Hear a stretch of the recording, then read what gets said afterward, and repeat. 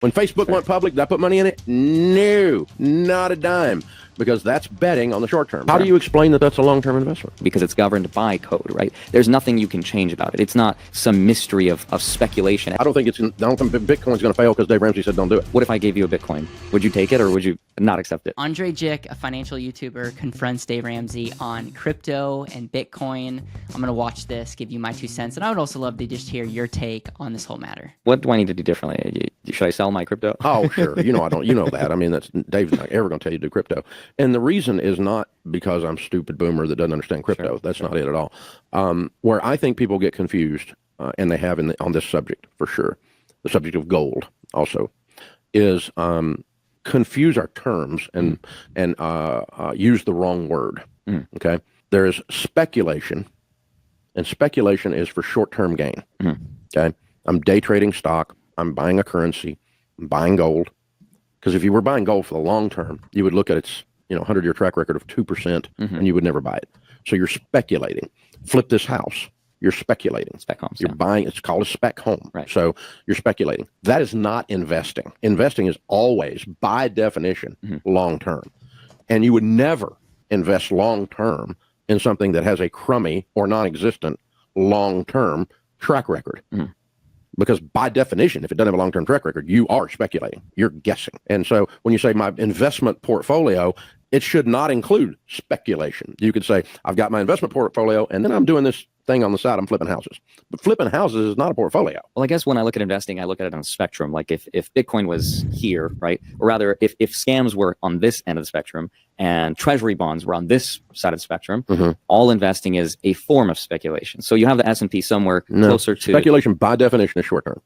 But couldn't you hold on to Bitcoin for the long term? Like there have been people that have... You could hold on to it for the long term, but you have no reason to believe, based on history, because it doesn't have one, that you're going to win. Right. Except just your assumption that because it's digital and it's cool. So I ChatGPT what speculating means, and it says making guesses or forming theories without having firm evidence. I tend to be more on the Andrei's side, because anytime you invest in something, there's no guarantee. So there is a form of speculating, but I also understand where Dave's coming into, where it's like, you want to invest with some type of framework and track record, and investing in some crypto coin, we'll just say, or like a something that has no track record, it feels more like gambling. And so that's going to be one of the things that they're going to both disagree with, is in Dave's mind, the world of crypto is just essentially gambling. And I think in Andrei's mind, there's a form of speculation, but there's a form of speculation almost anything you do, minus like putting your money in a high yield savings account or a treasury. I think you would say the trade-off is it's way more guaranteed, but as a result, the upside is way less. And the cool kids are doing it, but the people that are getting in it based on greed. They're not basing it on long-term. I have analyzed this investment with my calculator, and I am looking into the future, and I can see, that's known as a guess. Right. Have you ever studied the technicals of Bitcoin at all? I think that's a good question, because some of the crypto people or Bitcoin people would be like, listen, we have a thesis. It could be wrong. They would never say that, but it could be wrong. But they're not just throwing money at something. They really believe with the economic supply and demand, like Bitcoin's going to hit a certain milestone. And so it's just interesting to see the different perspectives. White paper or understood like how it works. Sure. Anyway, yeah. I mean, I've not gone into nowhere near like you have. I'm sure. You're probably much more of an expert on it than I. But it just falls into a category. The technicals won't change it for me. Okay. So if you had be the same thing of a new tech company blows up. They go from venture capital. They're going to take it public. They're going to do an IPO. Am I putting money in that? No. When Facebook went public, did I put money in it? No, not a dime, because that's betting on the short term. Now, you look back 10 years, has Facebook done okay? I don't know. I don't follow their stock, but probably could have been okay.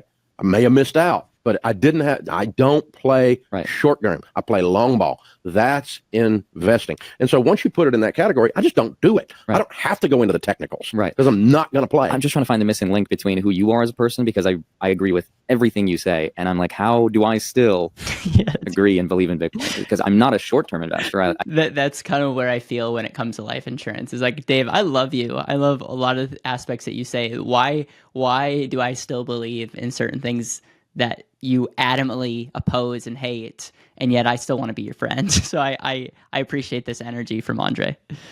I'm holding it for the long term. How do you explain that that's a long-term investment? Because it's governed by code, right? There's nothing you can change about it. It's not some mystery of speculation. Everything but it is it is a currency. It is a commodity. It is a currency. It's not a currency. Well, a commodity. So commodity prices are driven by one thing: supply demand. Right. That's all.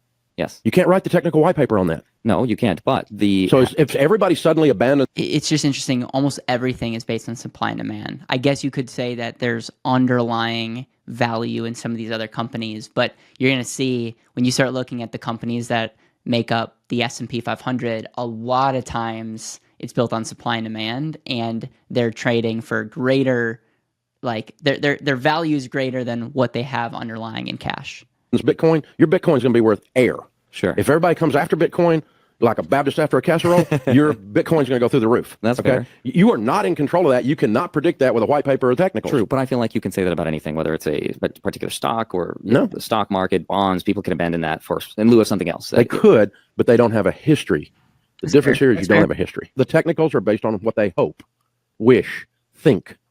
But so's the IPO. This year, actually, in April, Bitcoin became more scarce. I will say that Dave Ramsey makes a really good point to this, that unlike other aspects of the stock market, you'll see Bitcoin is a lot more volatile. That's because its value prop is the scarcity mechanism, and its value prop is a scarcity mechanism. Whereas other businesses, you still have the supply and demand. And if we saw this with GameStop, some of the things didn't make sense, but you just had people holding the line kind of deal. And so there's those aspects where it's still supply and demand, but there is an underlying mechanism that we say is important. Hence why we're going to invest in something because of earnings, because of projections. Whereas Bitcoin is literally built on that supply and demand. Though the difference between Bitcoin and gold is Bitcoin's over the last couple of years has outperformed, and many would say has a far greater upside than gold from a standpoint of not just checking some of the boxes that gold gives you, but ultimately has greater upside and is where the future is going to go. So I believe that would be the argument. By the way, if you're a Bitcoiner or a crypto person, I would love to hear your commentary in the comments and hear the thought process, even the exchange that Dave had around commodity versus currency. Would love to hear your thoughts around that.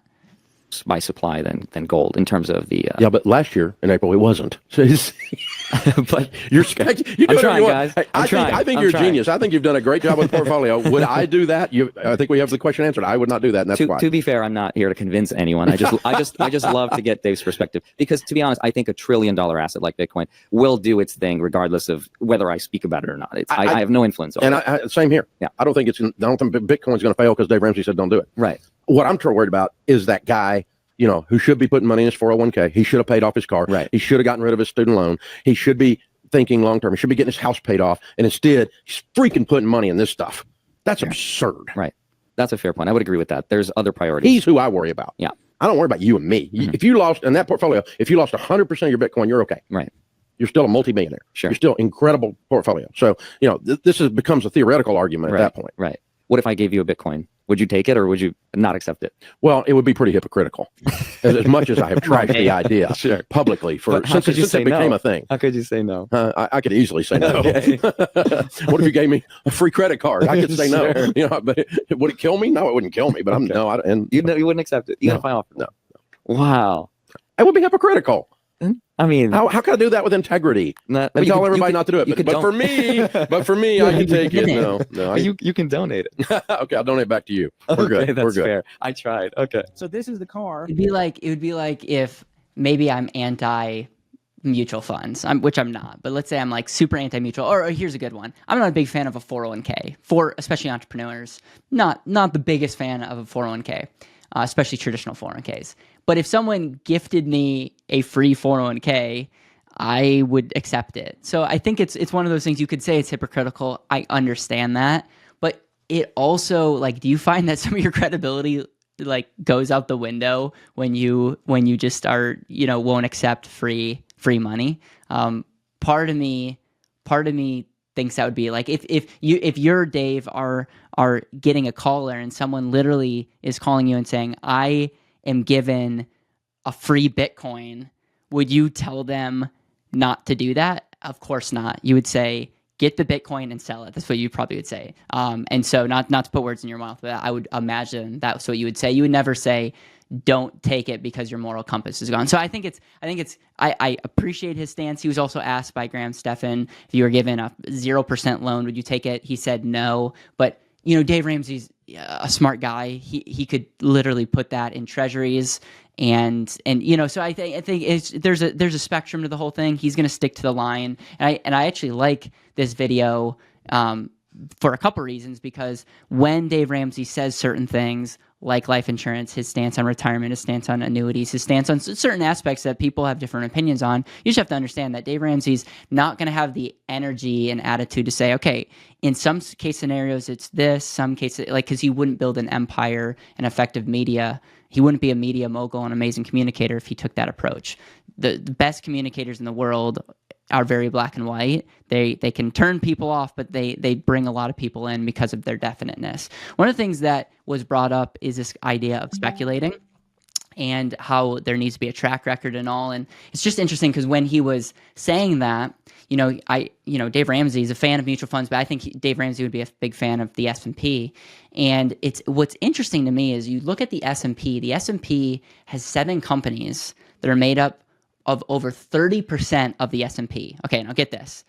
Apple makes up 6.5% of the S&P, and they joined the index in 2009. They joined the index in 2009. So that's less than, 14, 15 years of track record, and they're making up the most of the S&P. And you would make the argument, a lot of people on this list are investing, speculating in what the future looks like. They're making bets. When you look at AI, there are going to be companies that are going to get added to the S&P 500 that don't even exist right now. And that's how fast the world's going. And so regardless of investing, you are putting your money in some speculation. What Dave could say here is, yes, but that's diversified. You're bundling it up into other investments to help. And that's the whole idea of that's what I would say. If you're a big fan of Bitcoin and crypto, just make sure you're diversified. Some people are putting a lot of eggs in that basket, and it's just like anything. I'm a big fan of my business. It doesn't mean all my eggs are going to be in the basket forever. I'm diversifying in other places.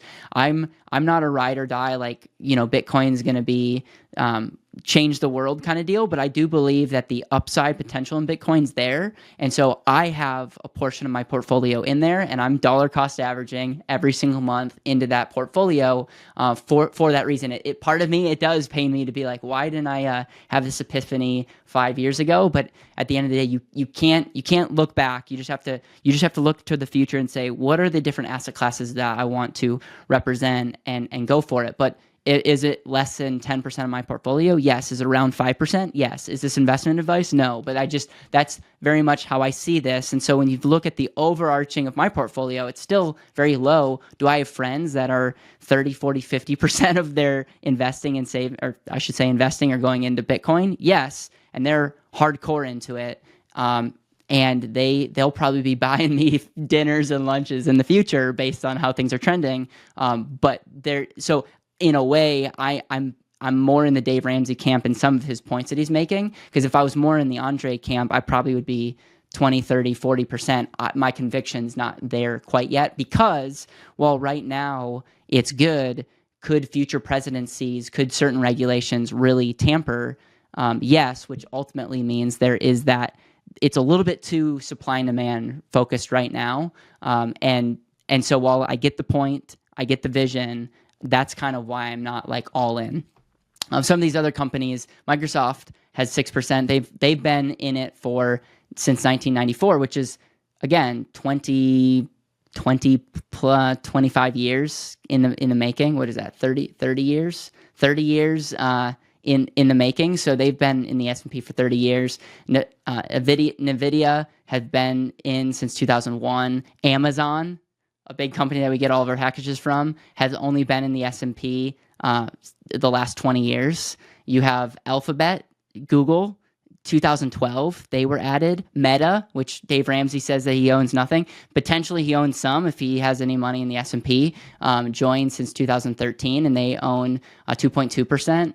Tesla was added in 2020. So that my point is, we can say that we're just investing in fundamentals, but there is an aspect, whatever you invest in, there's a form of speculation, and that doesn't necessarily mean it's a bad thing. Overall, we'd love to hear your take. If you enjoy these videos, please let me know. And if there's other videos that I should be responding to or commenting on, please tag me, let us know. And for more videos like this, subscribe.